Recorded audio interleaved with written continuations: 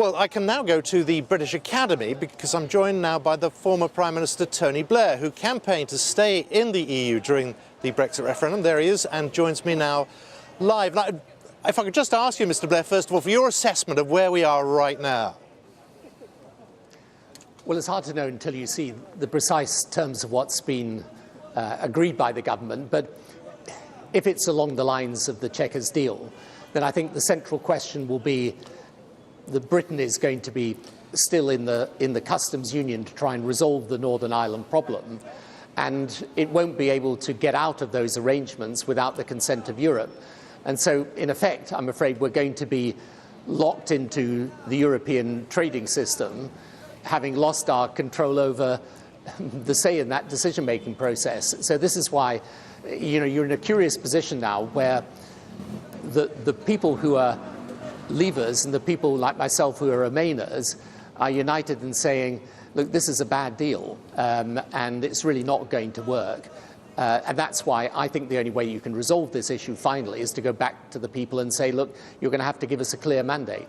But aren't you just Remoaners, because isn't the option no deal? No, the option is not no deal. You've got various different options you could have, but the critical thing is that the option the government's gone for in this Chequers deal essentially means that we stay in a customs union until Europe agrees we can leave it, so you can't do these free trade deals. And then for the future trading arrangements, we have a common rule book with the EU, which essentially means we're still in the EU's single market for goods and agricultural products, potentially. And what that means is you've lost your say over the decision-making, but you're still bound by the rules. Now, the whole purpose of Brexit, I mean, I don't agree with it, but if the whole purpose was to break free of those rules, then we're in the bizarre position where in the name of taking back control, we've actually surrendered the control we had. So the Prime Minister was wrong when she said in the House a couple of hours ago that this is leaving the EU. No, she's absolutely right. It's a form of Brexit, but it's a Brexit in name only. The problem is we're leaving the political structures, but we're still tied into the economic structures. What that means is the rules and regulations, the things, I mean, I don't personally object to, but the things that led people to believe that we had to get out of the European Union, we're still tied to those. But because we've left the political structures of the European Union, we've lost our seat at the decision-making table. So this literally is not the best of a bad job, I'm afraid. It's the worst of both worlds. Now, I have said throughout, and I said again today in my speech today, I am deeply sympathetic to Theresa May. She's been dealt a very poor hand. She's got a very divided party. It's an impossible circle to square. I completely sympathise. But this is not the answer. And by the way, if we go down this path, it doesn't resolve the problem. Because the people who are leavers inside her cabinet, they are going to use some of the fudged language around this to argue after we leave in March 2019 that they should reopen the whole thing. So this debate's not going to be resolved by this deal. It's going to carry on through the transition period, probably an extended transition period. I understand the desire just to take the thing off the table and do a deal at any cost, but this won't work. It won't satisfy the people who want to break free from Europe, and it won't satisfy the people like me who want to remain. The only way you're going to do this is to put it back to the people. And I know that sounds, in a way, counterintuitive. How can it possibly be right to go back to the people? It's because we've 2.5 years of experience of this. The negotiation hasn't really worked. And the people now need to decide, do you want to continue with this or do you want to stay? The people said what they wanted 2 years ago. Politicians are now delivering, they would argue, as best they can. Shouldn't that be enough? Yeah, well, that's a perfectly good point. But here's the problem. As you rightly say, they've done the best they can. But the best they can doesn't really satisfy the people who wanted to leave, and obviously doesn't satisfy the people who want to remain. But it was never going to, was it? It was always going to be about compromise, and that is the compromise that is now on the table. Yeah, it's a compromise that's on the table, but the question is this compromise really worth the effort? If the compromise is such that you stay bound to Europe's rules in order to minimise economic damage, I get it completely. But if the whole purpose of Brexit is to be able to break free of those rules, what's the point of doing that? And the difficulty all the way through is that you've got a choice between a Brexit that's essentially pointless, which is the one Theresa May is offering, and a Brexit which is painful, which is obviously breaking out of the single market and customs union. And the reason for this is you've had 4.5 decades of British commercial, trading, investment relationships growing up on the basis we're part of this European single market, this unique trading system in which there's one set of rules and regulations. So if you're going to leave it, it's going to be painful. On the other hand, if you stay tied to it, but you get out of the political structures of decision-making, you've got a Brexit that's pointless. And that is the essential conundrum. It's not Theresa May's fault that she can't resolve it, because it's irresolvable. Unfortunately, though, the way she's chosen to resolve it, honestly, is going to satisfy no one. And if it satisfies no one in Parliament and she loses the vote then, what's her future? What do you think should happen if she has to go? Well, the obvious thing is for her to say, look, I've tried my best. I mean, the very point you were putting to me earlier, I've tried my best. I've done the best deal I can. OK, if you, Parliament, think it's not a good deal, and I understand the reasons for that, we've got to go back to the people and ask them, are you really, after this 2.5 years of experience, when you've seen what these negotiations look like, when you know the different parameters, when it's not claim and counterclaim, but you've actually got some reality to work on, do you want to leave? In which case, people like me, if the country votes again to leave, that's it. That's an end of the argument for this generation. We leave. Or do you want to stay? And I believe, by the way, if that happened, you would also find Europe would step forward with a different offer for Britain, because the politics of Europe in the last 2.5 years have dramatically changed. And the very anxieties that caused the British people to vote for Brexit are anxieties felt across Europe. So you could actually get to a situation where it's not a question of simply the offer that we had before versus Brexit, but actually a renewed offer which meets many of the British objections versus Brexit. For many people, you are a divisive figure in all this. You've just described a change of mood in Europe. I'm just wondering if you could have put the clock back, your immigration policy, which many people point to as the moment the Brexit trawler, if you like, started to take off, do you regret your own policy, and do you feel in some way responsible for where we are right now?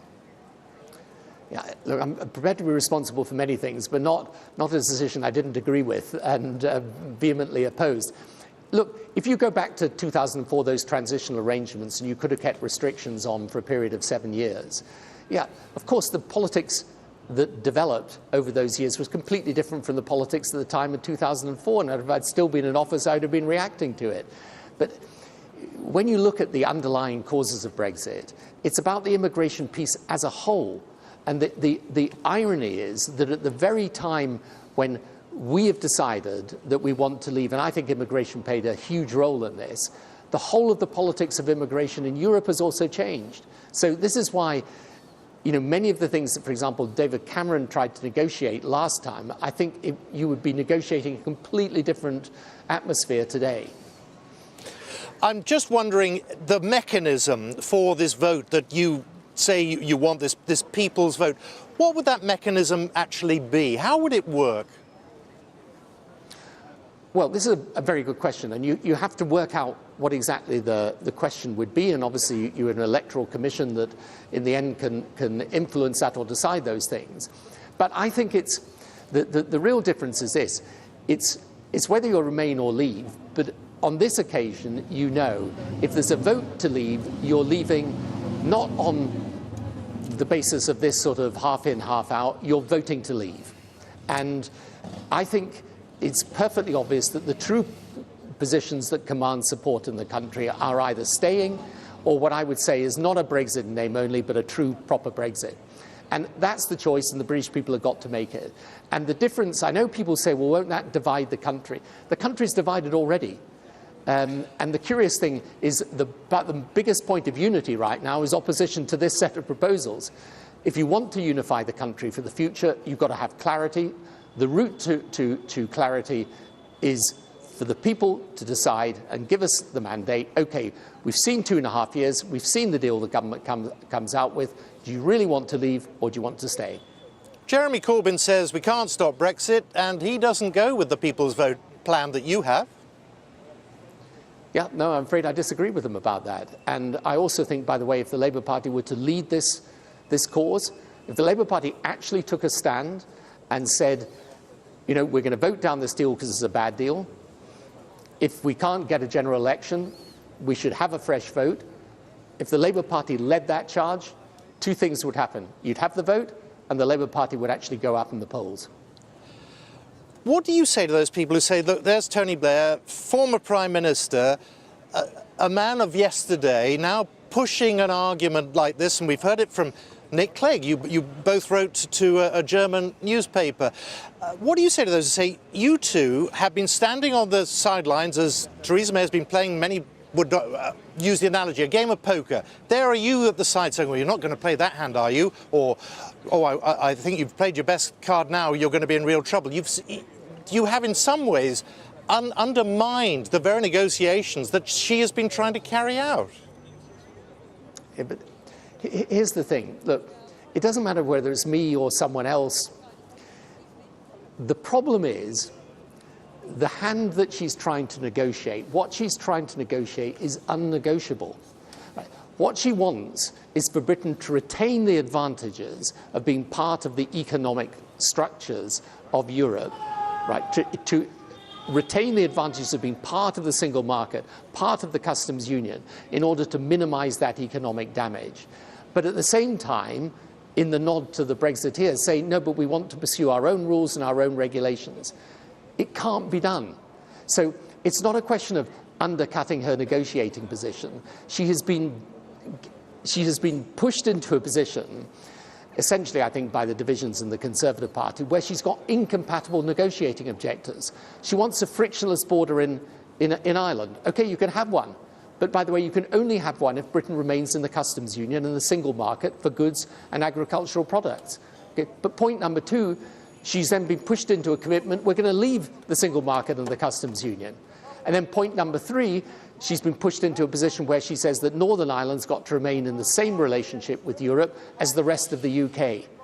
There is no way you can negotiate all those three objectives.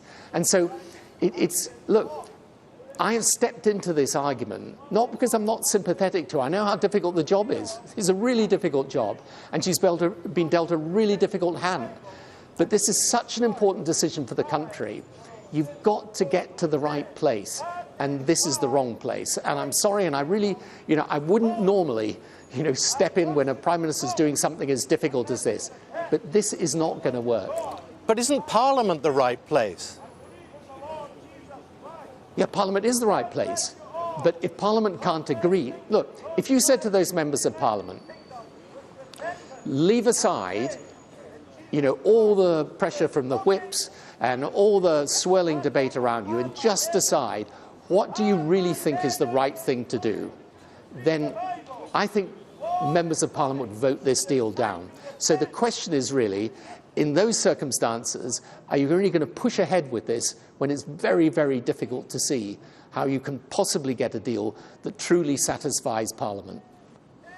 I suspect you must meet lots of people on a daily basis who say, do you know what, politics and politicians have let us down. We made a very clear decision as a country in a referendum. It was a clear decision, and yet the politics has let us down on this. Yeah, but here's the problem, I'm afraid. The decision was at one level obviously clear, but then there are different varieties of Brexit on offer, and they're very different in their implications and consequences. So at one level you can say, yeah, people have voted to leave, and I understand people say, look, you voted to leave, just get on with it. The problem is when you just get on with it, you find you're in this dilemma. Do you stay close to Europe to minimize the economic damage, in which case you're a rule taker and you've given up being a rule maker? Bad idea, pointless. Or do you break out of the European single market and customs union, in which case you're going to have a long process of adjustment, which is going to be very painful. And look, there's no fault here. That is the basic dilemma at the heart of the negotiation. It's why the negotiation's been so difficult. There is no way around it. You've got to choose. She's chosen essentially the pointless Brexit, but it's not a good deal for the country. And you shouldn't go ahead with it unless the people have said, OK, I really think that's the right thing to do. So to those who would say, well, hang on, the decision was made, we are where we are, there is a deal on the table, or there's a no deal. Those are the two options. And then yesterday you have Angela Merkel and Emmanuel Macron saying, we need a European army, that's the future. What do you say to those people who say, aha, there you go, there's another reason why we should leave? Right, first of all, let's just be clear. Not saying a European army in the sense of one army for the whole of Europe. What they're saying is there should be greater defence cooperation in Europe because they're anxious about whether we can depend in all sets of circumstances on the United States, given the mood there. Okay, that's an argument that's been going on for a long time. By the way, Britain wants to remain part of that debate. This is a common thread even with this government, even if we do Brexit. But that's not the issue that's in front of us today. The issue that's in front of us is, does this deal that she's done, if it's as people anticipate, does it really, does it obey the mandate of the Brexit vote in circumstances where a large part of those most ardent about leaving say it doesn't, and where a large part of the population still says, look, we should be reconsidering this and staying? So this is the question, and you can go around it 1,000 different times, but that's where it comes back to all the time. And the problem is, this is an incredibly difficult negotiation. I don't diminish the difficulty of it at all. In fact, I emphasize it at every turn. But the deal that we've come out with is a deal that, as I said before, is actually not the best of a bad job, but the worst of both worlds. Tony Blair, I'm most grateful for your time. Thank you very much for joining us here on BBC News.